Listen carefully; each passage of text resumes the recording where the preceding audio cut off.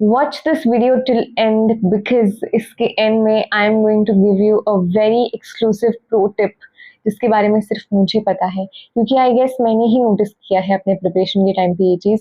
तो मैं वो चीज़ आपको वीडियो के एकदम एंड में बताऊंगी। ये आप देख सकते हो, मैंने कुछ ओपन बुक एग्जाम टिप्स लिखी हुई हैं खुद के लिए, जो मैं आप इस वीडियो में आपके साथ शेयर करूंगी। और एग्जाम से पहले किया था मैंने राइटिंग टिप्स लिखी हुई है। ये मेरा सॉर्ट ऑफ आप कह सकते हो इंडेक्स था जो मैं CSR में लेकर गई थी। ये तो स्टिकी नोट्स मैंने लगाई रखे हैं, और इसके बाद ये कुछ प्रिंट आउट्स है जो मेरे काम के नहीं थे, उसमें मैंने स्टिकी नोट्स लगा दिए हैं। ये टॉपिक है और ये उसका पेज नंबर है, इस तरीके से मैंने सब लगा दिया। और उसके अलावा मैंने अपना मॉड्यूल जो था उसमें भी स्टिकी नोट्स लगा के रखे हुए हैं अलग अलग चीज़ों के लिए, so that I don't have to search. और उसके अंदर जो मॉड्यूल है आपका, इसमें भी मैंने मेरा इंडेक्स मैपिंग पूरा कर रखा है अच्छे से हर चैप्टर के लिए, सो दैट मुझे बिल्कुल भी आंसर्स ढूंढने में परेशानी ना हो एग्जाम में। ये मैं आप लोगों के साथ आज शेयर करूंगी। So let's start the video. Hello hello, intro देख लिया सब लोगों ने। How you guys doing? So आज की वीडियो बहुत ज़्यादा स्पेशल होने वाली है बिकॉज ये वीडियो मोस्ट आस्क्ड वीडियो थी मेरे चैनल के ऊपर, CSR वाली। And I am very excited to share my strategy for this, क्योंकि इसमें मेरी एग्जेम्पशन भी आई है। Because you know when you choose a subject for open book, तो आपको ना थोड़ा सोचना चाहिए कि आप अपने करियर में आगे किस सब्जेक्ट में वर्क करना चाहते हो, या किस में आपका ज़्यादा इंटरेस्ट है, या किस एक सब्जेक्ट को आप थोड़ा सा ज़्यादा जानना चाहते हो दूसरों से, राइट? सो वो सब्जेक्ट आपको अपने ओपन बुक के लिए चूज करना चाहिए। And you have to be very sure that you will be able to manage everything nicely if you choosing that particular subject, okay? And open book में बहुत सारी चीज़ें ध्यान रखने की होती है, वो सारी चीज़ें इस वीडियो में मैं आपको आज बताऊंगी। And guys trust me, there are a lot of things that I want to tell you. By the end of this video you'll be contended कि ये वीडियो हमने पूरा देखा तो हमने बहुत अच्छा किया, because even a single second of this video is not going to be wasteful for you guys. So let's begin chapter wise strategy जो मैं अपने हर वीडियो में बताती हूँ। तो मैंने मॉड्यूल अपने हाथ में ले लिया, and I request you guys also to take your modules in your hand in front of you, क्योंकि ओपन बुक है तो ऑब्वियसली आप यही बुक को कैरी करोगे अपने एग्जाम सेंटर पे भी अपने एग्जाम के दिन। तो व्हाई नॉट, अभी जब आप इसका वीडियो देख रहे हो तो उसको आप ओपन करके रखो। So let's open the index for this one. And जब मैं बोलती हूँ कि इंडेक्स खोलो, तो जब मैं नॉर्मल सब्जेक्ट्स की बात कर रही हूँ ना, तब तो आप ये वाला इंडेक्स भी खोल सकते हो जो बहुत ही कंसाइज वे में आपको सारे चैप्टर्स के बारे में बताता है, ठीक है? बट जब मैं ओपन बुक की बात कर रही हूँ तो आपको ये वाला इंडेक्स खोल के रखना है जो डिटेल्ड, बेसिकली ये कंटेंट वाला जो पार्ट है ना, ये वाला जो पार्ट है, ये वाला पार्ट, ये एज एन इंडेक्स आपको खोलना है ओपन बुक के लिए, ठीक है? सो स्टार्ट करते हैं। सबसे पहले ना कुछ चीज़ें हैं जो मैं ओपन बुक में आपको क्लियर करना चाहती हूँ। सबसे पहले तो कि एग्जाम डे के दिन ना आप पैनिक करके इतनी सारी किताबें उठा के ले जाओगे, नहीं लेके जाना प्लीज। क्योंकि देखो, मेरे एग्जाम सेंटर पे the city which I belong to, यहाँ पे मुझे तो और हम लोगों को इनफैक्ट जितने भी हम लोग थे एग्जाम देने वाले ओपन बुक के दिन, कोई हमें एक्स्ट्रा टेबल चेयर नहीं मिला था बुक्स रखने के लिए। बुक्स आपको नीचे ही रखनी पड़ती है, और जब आप आंसर्स ढूंढते हो ना अलग अलग बुक्स में, तो सारी चीज़ें हो जाती है स्कैटर।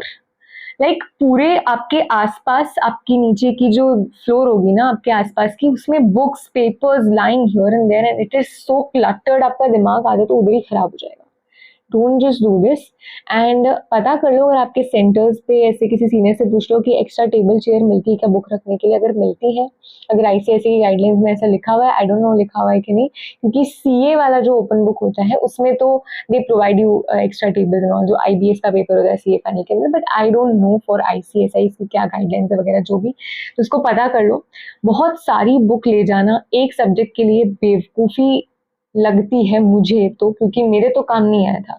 IBC के पेपर में भी सिर्फ ICSI की मॉड्यूल काम में आई थी, एंड CSR के पेपर में भी सिर्फ ICSI की मॉड्यूल काम में आई है। I am telling you guys, मैं झूठ नहीं बोल रही हूँ, but 100% of answers you will find in these books जो ICSI ने छपवाई आप लोगों के लिए आपको दी है। So just trust these books a lot. And in fact मैं तो ये कहूँगी ना, जब आप इंडेक्स मैपिंग भी इसी बुक से कर रहे हो, अगर आपने किसी से क्लासेस लिए हैं और वो कुछ और कह रहे हैं तो आपकी चॉइस है, आप उनकी सुनो या मेरी सुनो। जो आपको फ्रूटफुल लगता है आप वो करो, जैसे आपकी प्रिपरेशन है आप वो करो। बट आप सेल्फ स्टडी स्टूडेंट हो या फिर you're only trusting me for CSR, okay, या फिर यूट्यूब को ट्रस्ट कर रहे हो, तो ब्लाइंडली मुझे ट्रस्ट करो एंड ये जो ICSI का मॉड्यूल है ना, सिर्फ ये कैरी करो अपने एग्जाम के दिन। ज्यादा से ज्यादा अगर आप कुछ कैरी करना है ना, तो आप ये कैरी कर सकते हो, दीज पेपर्स।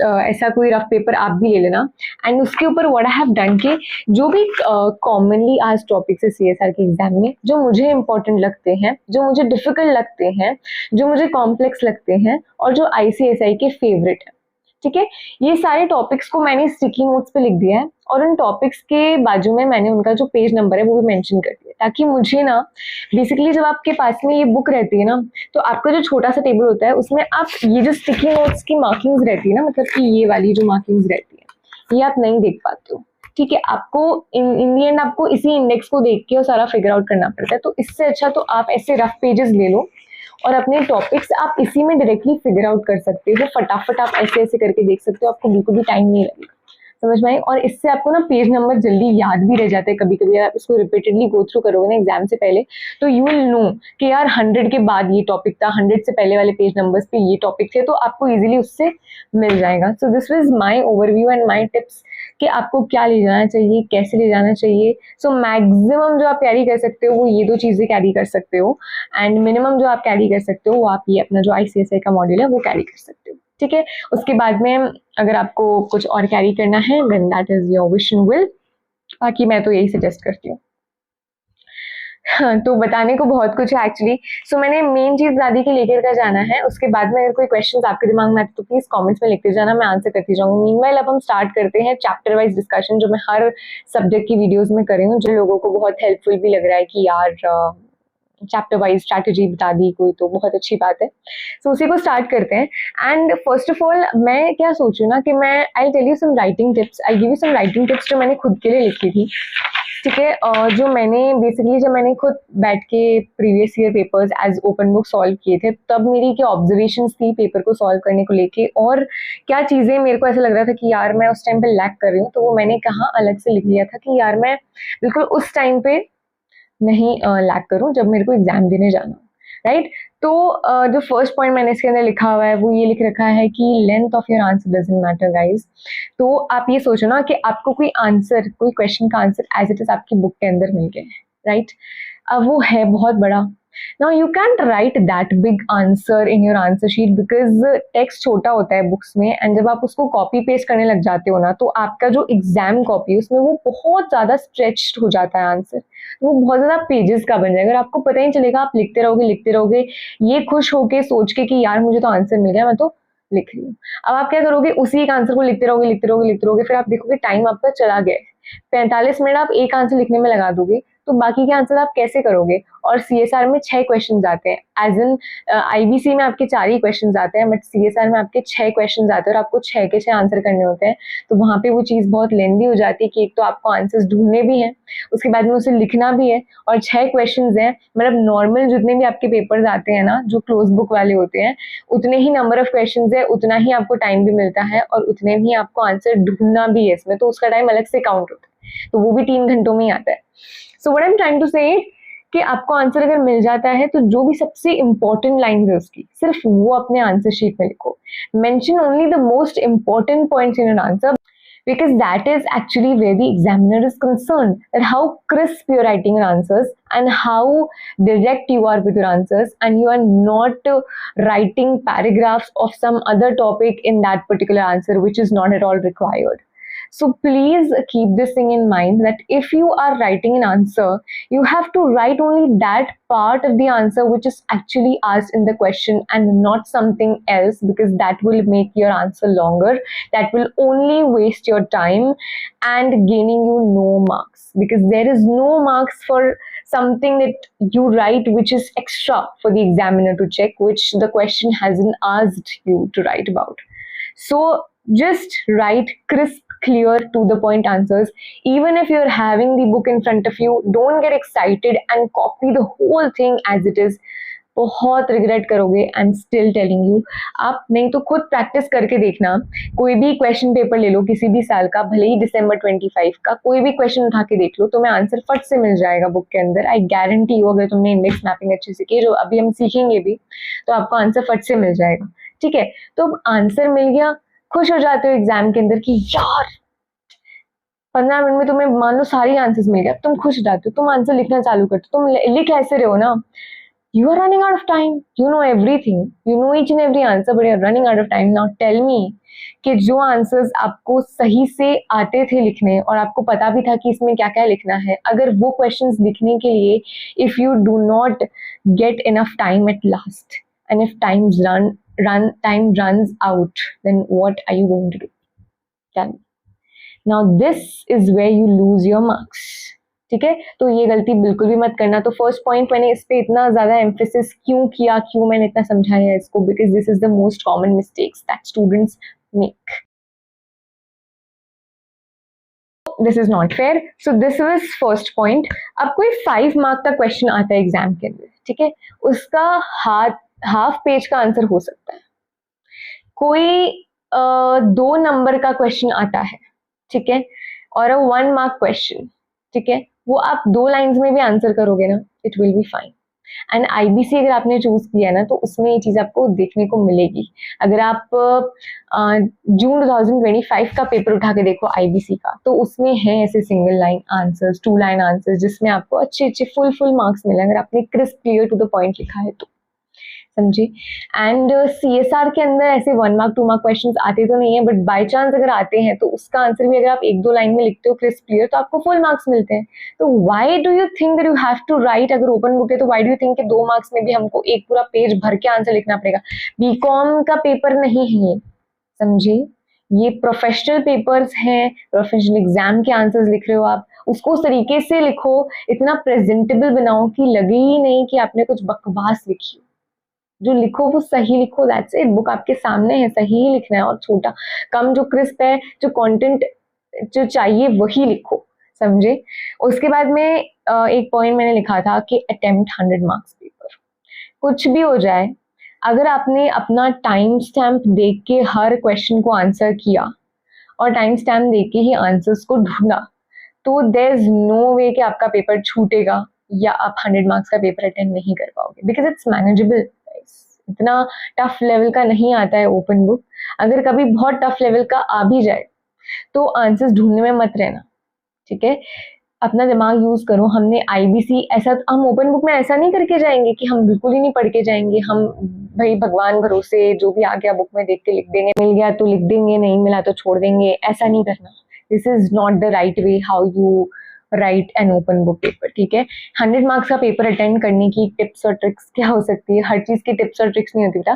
देखो जो 100 मार्क्स का पेपर है ना, उसको डिवाइड करो, 6 क्वेश्चंस रहते हैं आपके पास में, ठीक है। अब सारे के सारे क्वेश्चन तो डिफिकल्ट होंगे नहीं, जो भी आपको लगता है कि इसके आंसर्स मेरे को मिल गए, या फॉर एग्जाम्पल अगर एक क्वेश्चन के अंदर 3 सब पार्ट्स है, 3 सब क्वेश्चन है, आपको उन 3 में से किसी एक का या 2 का आंसर भी मिल गया है सही से, तो आप क्या करो, जैसे मेरे पास 3 क्वेश्चंस हैं एक क्वेश्चन के अंदर, फर्स्ट क्वेश्चन ABC, ए का मुझे आंसर मिल गया, बी का नहीं मिला, सी का भी नहीं मिला, ए का तो मुझे मिल गया, मैं स्टार्ट कर रही हूँ, बी के लिए मैंने स्पेस छोड़ दिया, मेरे को थोड़ा सा आइडिया होगा कि क्या हो सकता है इसमें, सी के लिए मैंने स्पेस छोड़ दिया, फिर मैं सेकंड क्वेश्चन में मूव ऑन कर गई। ये करना है आपको। आपको ये नहीं करना है कि पूरा फर्स्ट ही बाद में करेंगे, गोला बना के छोड़ देते हैं बाद में देखेंगे, वो बाद में टाइम ही नहीं मिलेगा, वो बाद आएगा ही नहीं, मैं बता रही हूँ, ठीक है। उसके बाद बिना फर्स्ट क्वेश्चन को करे सेकंड क्वेश्चन में मूव ऑन कर जाना, फिर देखना कि सेकंड तो बहुत डिफिकल्ट है, तो बिल्कुल भी नहीं आ रहा है, फिर थर्ड पे चले जाओगे, फिर आपको क्या गिल्ट आने लग जाएगा अंदर से तुरंत उसी टाइम पे कि यार पहले के 2 क्वेश्चन ही नहीं किए, तीसरे पे आके बैठी हूँ, अभी आगे के पता नहीं क्वेश्चन कैसे होंगे, आएंगे नहीं आएंगे, मिलेंगे नहीं मिलेंगे, क्या होगा, मेरा तो पेपर बिगड़ गया। यही होता है जब आप उन 3 घंटों में ये सोच लेते हो ना, at the very initial stage, आपका माइंड, सबकॉन्शियस माइंड क्या सोचता है कि मैं हार गया।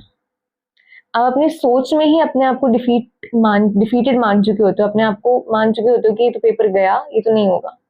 तो एट द एंड पता है वही हो भी जाता है। अगर आपने अपने माइंड को सही टाइम पे कंट्रोल कर लिया, जो आप सोच रहे हो उससे आप रुक गए तो ठीक है, बट अगर आप नहीं रुक पाए और आपका कॉन्फिडेंस एकदम से गिर गया, एकदम से आपका जो रिग्रेट है वो बढ़ गया, एकदम से आपका गिल्ट बढ़ गया, और कि यार अगर सीएसआर के लिए भी अच्छे से पढ़ लिया होता ना, तो आज पेपर बहुत अच्छा होता। तो ये चीज़ नहीं सोचो, इसलिए ये वीडियो मैं बना रही हूँ, और आई थिंक इसीलिए आप मेरा वीडियो देख रहे हो। So if this video has reached you, please comment down your name below and right CS prefix with your name and affirm this right now. अभी वीडियो पॉज करके अभी नीचे कमेंट करो, because positivity, confidence is very very important if an alien question crosses your mind in your exam.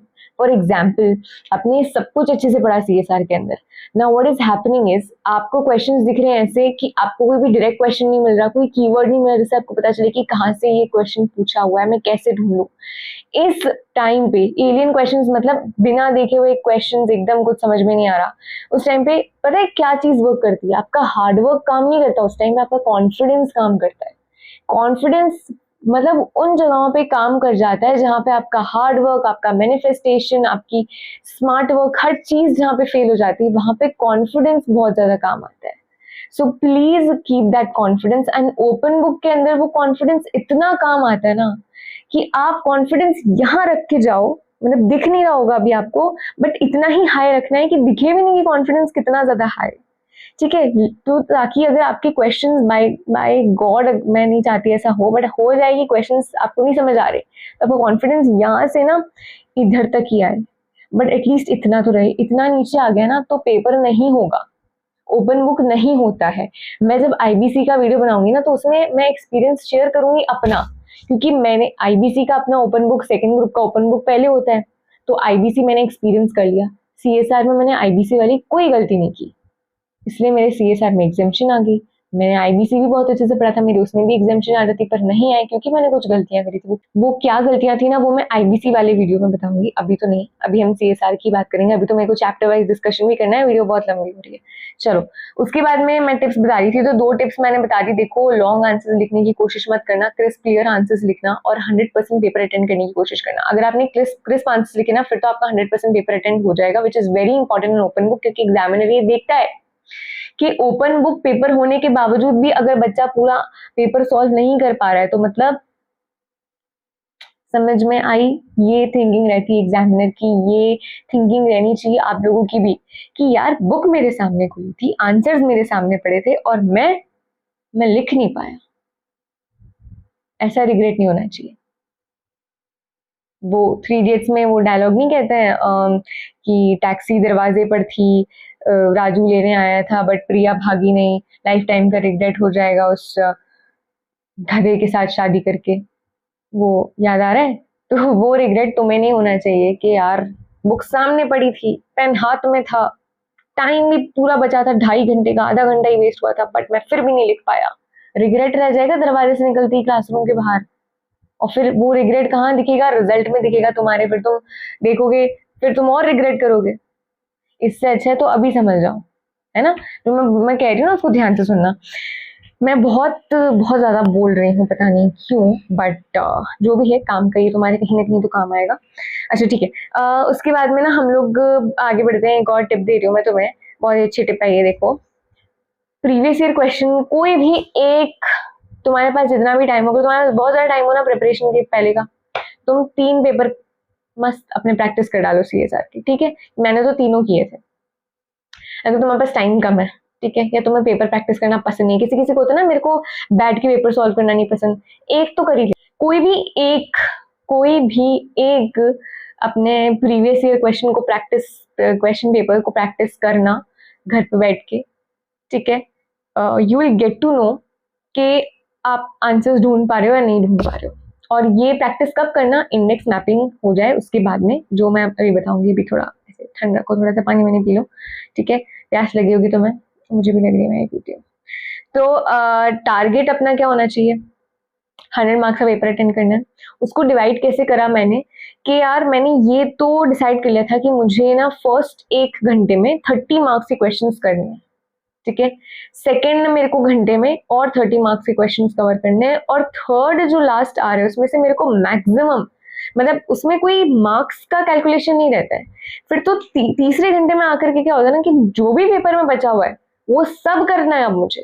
तो मेरा target कब चलता है, आपका टारगेट भी कब चलना चाहिए, स्टार्टिंग के 2 घंटे में, कि स्टार्टिंग के 2 घंटे में टारगेट मेंटेन करके चलो कि अगर आपके 6 क्वेश्चन होते हैं फॉर एग्जाम्पल, 1 घंटे में 2, दूसरे घंटे में 2, तीसरे घंटे में 2, ऐसे भी हो सकता है।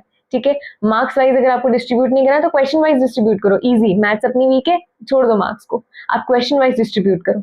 ठीक है, पहले 1 घंटे में फॉर एग्जाम्पल मैं 1.5 क्वेश्चन के आंसर्स लिख दूंगी, दूसरे घंटे में मैं और 1.5 क्वेश्चन के आंसर्स लिख दूंगी, तो मैंने टोटल 3 आंसर्स लिख दिए। ठीक है, अब लास्ट के 3 घंटे में बस 3 आंसर्स बच रहे हैं, वो 3 आंसर्स आप वो बचाओ जो आपको थोड़ा लगता हो कि इजी है, वो बचाओ। ठीक है, डिफिकल्ट वाले बचा लिए तो बहुत ज्यादा टाइम चला जाएगा। या ऐसा भी कर सकते हो कि आप 1 घंटे में 2 क्वेश्चन का टारगेट मैंने बताया था ना, 2 की जगह 2.5 क्वेश्चन कर लो, दूसरे घंटे में 2.5 क्वेश्चन कर लो, कितने 5 क्वेश्चन हो गए टोटल। अब एक ही क्वेश्चन बचा है आपका जो आपको तीसरे घंटे में करना है, और जो आपने पहले 2 घंटे में छोड़ दिया हो, कुछ आधा अधूरा या कोई पार्ट आपको नहीं आया उस टाइम पे जिसके लिए आपने स्पेस छोड़ा हो, तो जो आपका थर्ड आवर है उसमें आप उस चीज को कवर कर सकते हो पीछे जाके।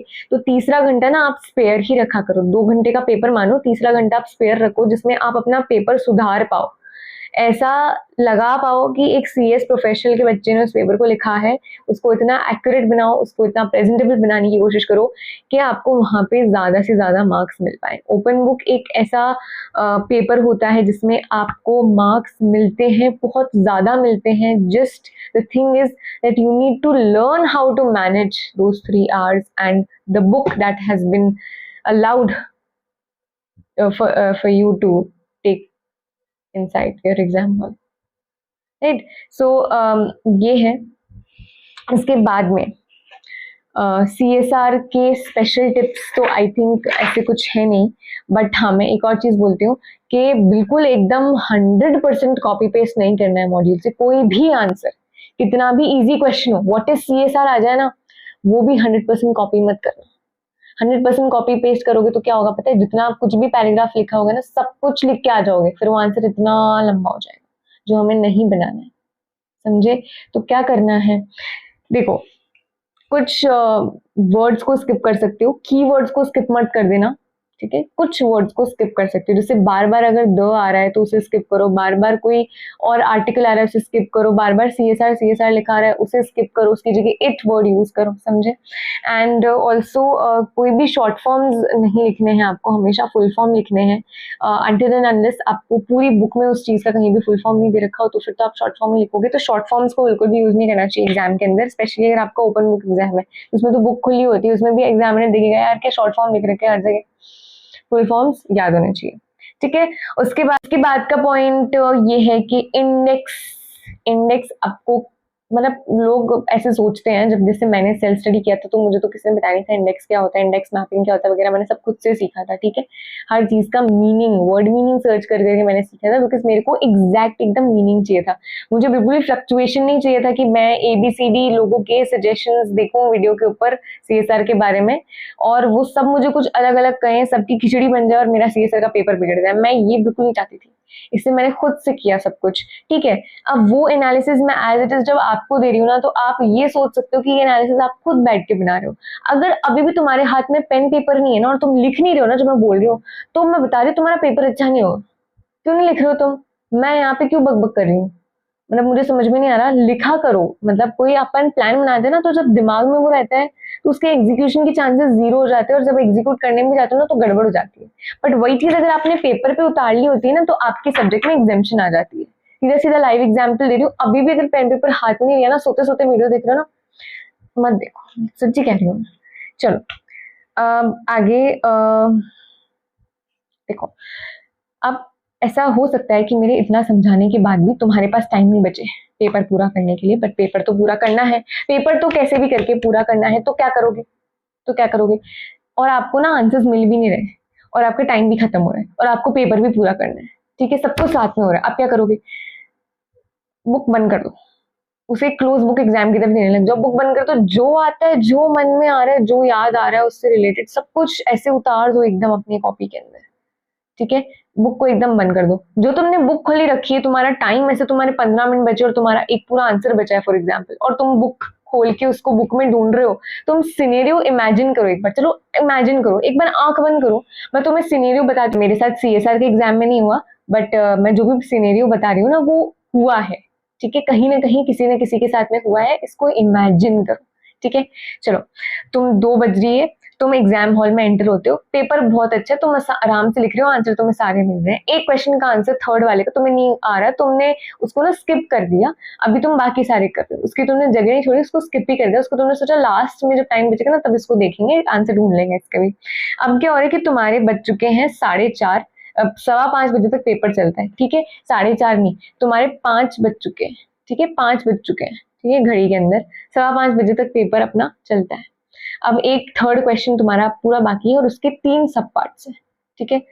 कितना पैनिक होगा सोचो कि तुम्हारा पूरा पेपर अच्छा हुआ बट तुम क्योंकि 100% अटेंड नहीं कर पाओगे, इस वजह से तुम्हारे मार्क्स कहीं ना कहीं कट जाएंगे। एग्जामिनर सोचे ना यार ये क्या कर दिया, मतलब इतना सा आंसर नहीं कर पाया ये 100% और ऐसे करके ऐसे सोचने लग जाएगा वो, ठीक है। तो अब तुम इस डर में भी हो, अब तुम्हें थोड़ा रिग्रेट भी हो रहा है कि यार मैंने उस आंसर को इतना लंबा लिखने की क्या जरूरत थी मुझे, वो तो मैं ऐसे ही लिख देती, इतना बड़ा पैराग्राफ था बुक में पूरा लिखने की क्या जरूरत थी, गलती कर दी ये वो। अब तुम रिग्रेट तो करोगे नहीं 15 मिनट बैठ के, बेवकूफी होगे तो ही रिग्रेट करोगे, होशियार होगे तो क्या करोगे पता है, बुक बंद कर दोगे अपनी मॉड्यूल की, उसको पटक दोगे नीचे, और उसके बाद में ऐसे पटकना नहीं, ऐसे पटकते हैं, ठीक है, उसको रख दोगे तुम नीचे, एंड उसके बाद में अपनी मर्जी से तुम आंसर्स लिखते जाओगे। समझ में आई? वो जो थर्ड क्वेश्चन के सब पार्ट है तीनों अपनी मर्जी से लिखोगे, कुछ तो तुम्हारे बड़े से दिमाग में होगा ना, अगर तुमने क्लासेस ली हैं, तुमने मैराथन देखे हैं, तुमने खुद से एक बार इस बुक को पढ़ा है अगर गलती से, तो कुछ तो तुम्हारे दिमाग में गया होगा, वो तुम लिख दोगे उस एग्जाम के अंदर। अब ये सोचो, ये पहला सिनेरियो है, इस सिनेरियो में तुम्हें मार्क्स मिल जाएंगे, तुम्हारा पेपर अच्छा जाएगा और 100% तुम्हारा अटेंड भी होगा, you are happy, at the end of the day तुम हैप्पी। अब दूसरा इंसान क्या करता है, वो 15 मिनट बचे हैं, उसका एक आंसर बचा है, उसको लगता है कि 5 मिनट में आंसर ढूंढ लेते हैं, 10 मिनट में लिख लेंगे। पता है क्या होता है उसके साथ, वो 15 मिनट तक आंसर ही ढूंढता रह जाता है, उसने बुक खोली, मिल नहीं रहा, इंडेक्स में कहीं है नहीं, अब पता नहीं कौन से चैप्टर का क्वेश्चन है, सारे चैप्टर स्क्रॉल कर लिए, ऐसे ऐसे रफली एकदम सब कर रहा है वो, उसको आंसर नहीं मिल रहे हैं बिल्कुल भी। पैनिक, देखो पैनिक ऐसा ही होता है एग्जाम के अंदर, फिर पसीने छूटते हैं, फिर कुछ भी नहीं मिलता, फिर थक हार के क्या हो जाता है, तुम घड़ी देखते हो, अरे सिर्फ 2 ही मिनट बचे, अब तो शीट्स टाइप करने का टाइम हो गया, शीट्स टाई करने में तुम्हें टाइम लग जाएगा, धागा इतना सा देते हैं, वो इतना बड़ा जो धागा देते हैं ना, टाई नहीं होता है, तो उसमें टाइम लग जाएगा फिर तुम्हें। तो अब तुम सोचते हो कि यार खुद ही लिख लेता, इससे बढ़िया इतना इतना तो मुझे, इतना एक एक दो दो लाइन तो मुझे इन तीनों तीनों सब पार्ट्स में आती थी, लिख देता तो कम से कम 1-2 नंबर तो मिलते, क्या पता अगर मेरे इसमें 39 आ रहे हो तो मेरे 41-42 आके मैं पास तो हो जाता।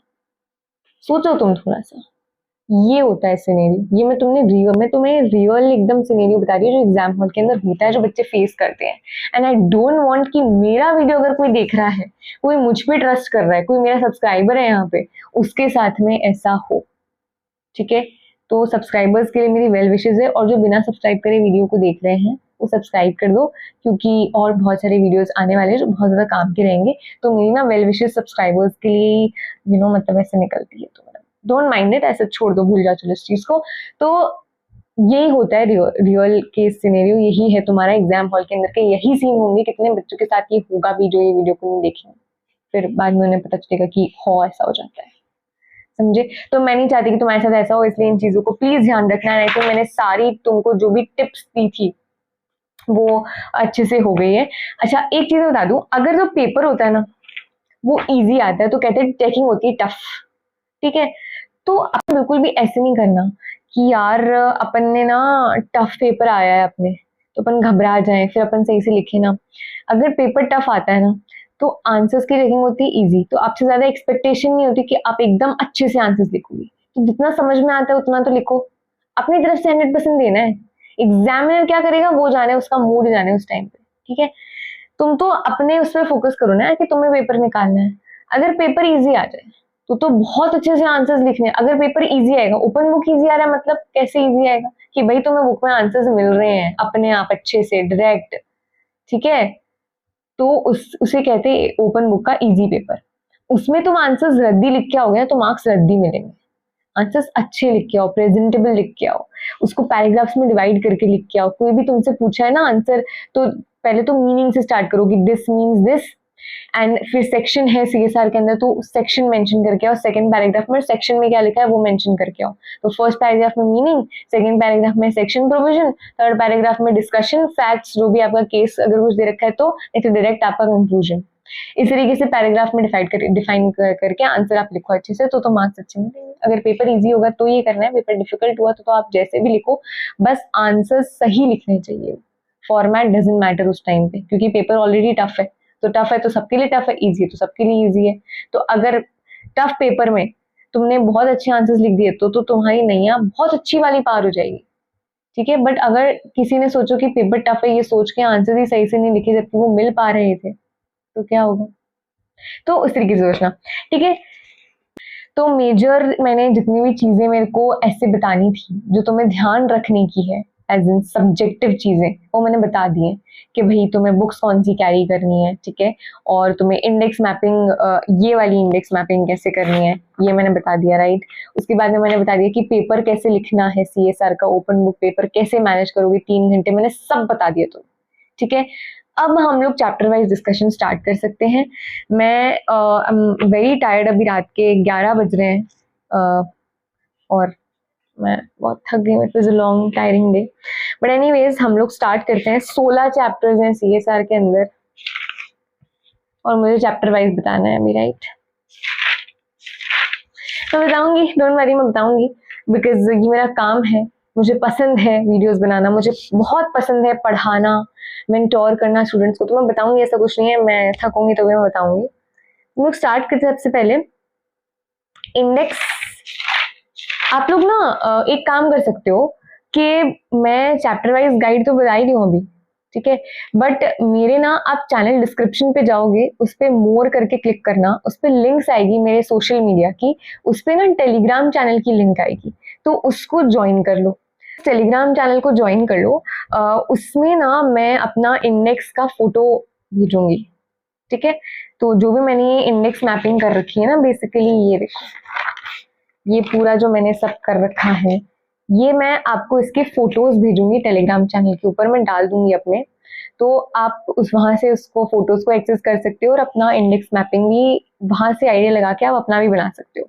सो I think this will be very helpful for you. आपको डायरेक्ट एक इंडेक्स मैपिंग भी मिल जाएगा और आपको आइडिया भी लग जाएगा कि कैसे होता है ये, ठीक है, और कैसे करते हैं, तो एग्जाम्पशन भी आ जाती है और इजीली आपको आंसर्स मिल भी जाते हैं बुक के अंदर से, और कैसे सिर्फ मॉड्यूल ले जाने से, अगर आप इंडेक्स अच्छा बनाना हो तो कैसे सिर्फ इस बुक को ले जाने से आपका अच्छा खासा स्कोर बन जाएगा सीएसआर के अंदर, ठीक है। सबसे पहले तो ये काम कर लो कि टेलीग्राम चैनल ज्वाइन कर लो, लिंक मैंने डिस्क्रिप्शन में दे रखा है, इस वीडियो के डिस्क्रिप्शन में भी मैं लिंक डाल दूंगी, तो वहां से भी आप लोग ज्वाइन कर सकते हो। So let's move on to chapter number 1। Finally we are starting with the chapter wise discussion. Chapter number 1 आपका सीएसआर है, बेसिक चैप्टर, इसमें से क्वेश्चंस आते नहीं है वैसे, बट अगर आ जाए तो कौन से टॉपिक्स में से आ सकते हैं। मैं आपको यही बता दूं क्या कि मेजर ऐसे इंपॉर्टेंट टॉपिक्स कौन से हर चैप्टर के, या फिर मैं ये बताऊं कि चैप्टर को पढ़ना कैसे है, क्रोनोलॉजी क्या है वगैरह। तो चलो मैं आपको ऐसे करती हूँ कि मैं बता देती हूँ कि क्रोनोलॉजी क्या है चैप्टर्स की, ठीक है, पढ़ना कैसे है, और कितनी चैप्टर्स, कौन से चैप्टर को कितनी इंपॉर्टेंस देनी है। अगर आपको एक ऐसा वीडियो डेडिकेटेड चाहिए जिसमें मैं हर चैप्टर के अंदर कौन से फ्रीक्वेंटली आस्क्ड क्वेश्चंस हैं, कौन से मोस्ट इंपॉर्टेंट टॉपिक्स हैं, आईसीएसआई के फेवरेट टॉपिक्स क्या हैं, ये भी बताऊं, तो उसके लिए मैं एक सेपरेट वीडियो बनाऊंगी, बिकॉज ये बहुत ज्यादा लंबी हो जाएगी, देखो अपलोड करने में भी मुझे प्रॉब्लम आ सकती है, तो मैं वो नहीं चाहती हूँ।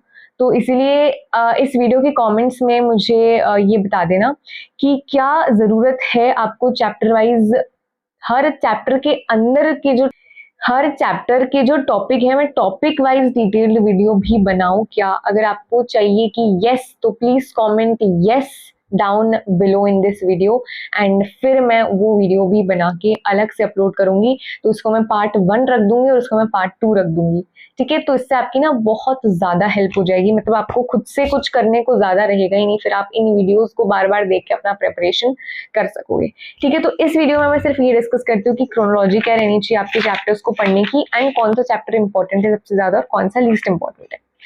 तो देखो, सबसे पहले तो पार्ट 1 और पार्ट 2 दोनों इक्वल मार्क्स के लिए डिवाइडेड है, 50 एंड 50, 50:50 का रेशियो है। अब इसमें ना हम लोग ना क्या करते हैं कि part A B and C, 3 parts मैंने इसमें बनाए हैं अपने खुद के लिए प्रिपरेशन के लिए। तो पार्ट ए में मेरे जो चैप्टर्स आते हैं वो आते हैं 1 2 3 4 5। पार्ट ए में मेरे 5 चैप्टर्स आते हैं 1 2 3 4 5, इन्हें हम अलग से पढ़ेंगे।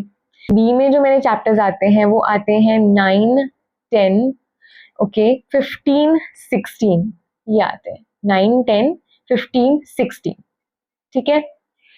बाकी के जितने भी चैप्टर्स मेरे बच गए हैं वो सारे मेरे आते हैं पार्ट सी में।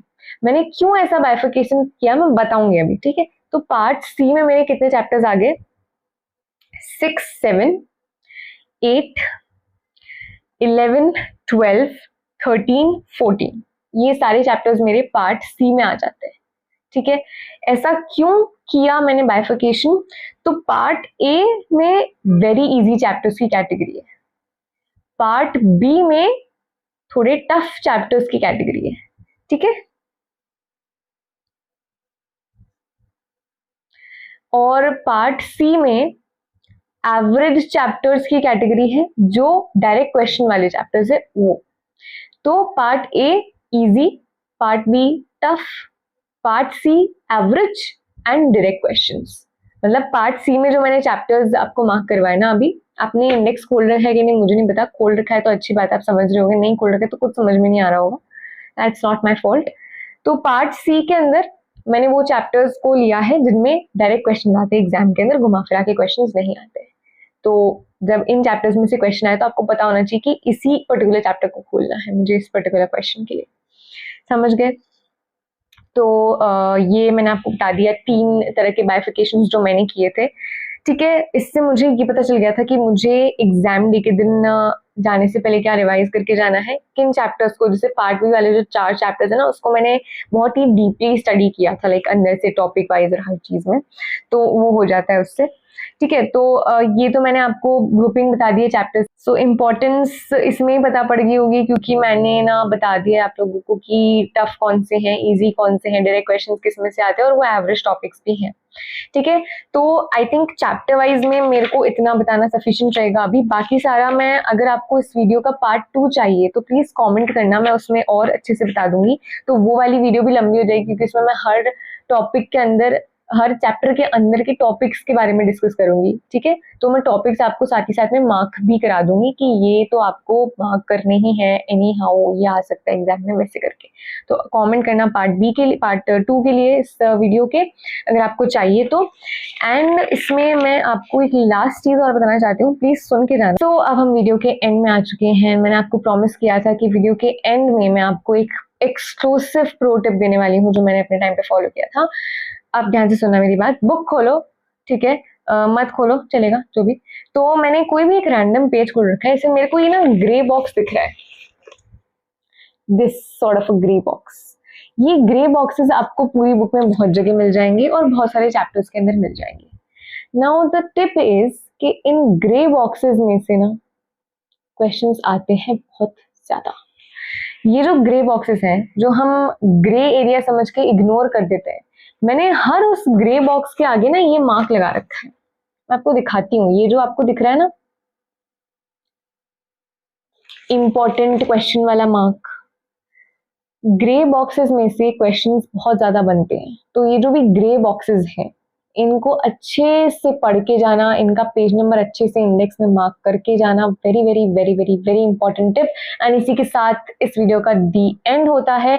If you want part 2 of this video जिसमें मैं हर जो है आपका चैप्टर है उसके टॉपिक वाइज डिस्कशन भी करूँ, आपको टॉपिक्स के बारे में भी बताऊं डिटेल में, तो कॉमेंट करो नीचे, मैं उस वीडियो को भी बनाऊंगी।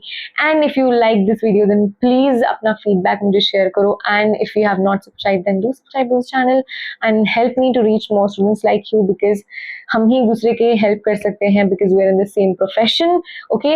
And one more thing is all the very best, अच्छे से prepare करो, open book ज़्यादा tough नहीं है, you just need a lot of confidence and a very good planning structure plus index. So bye bye and see you in the next one.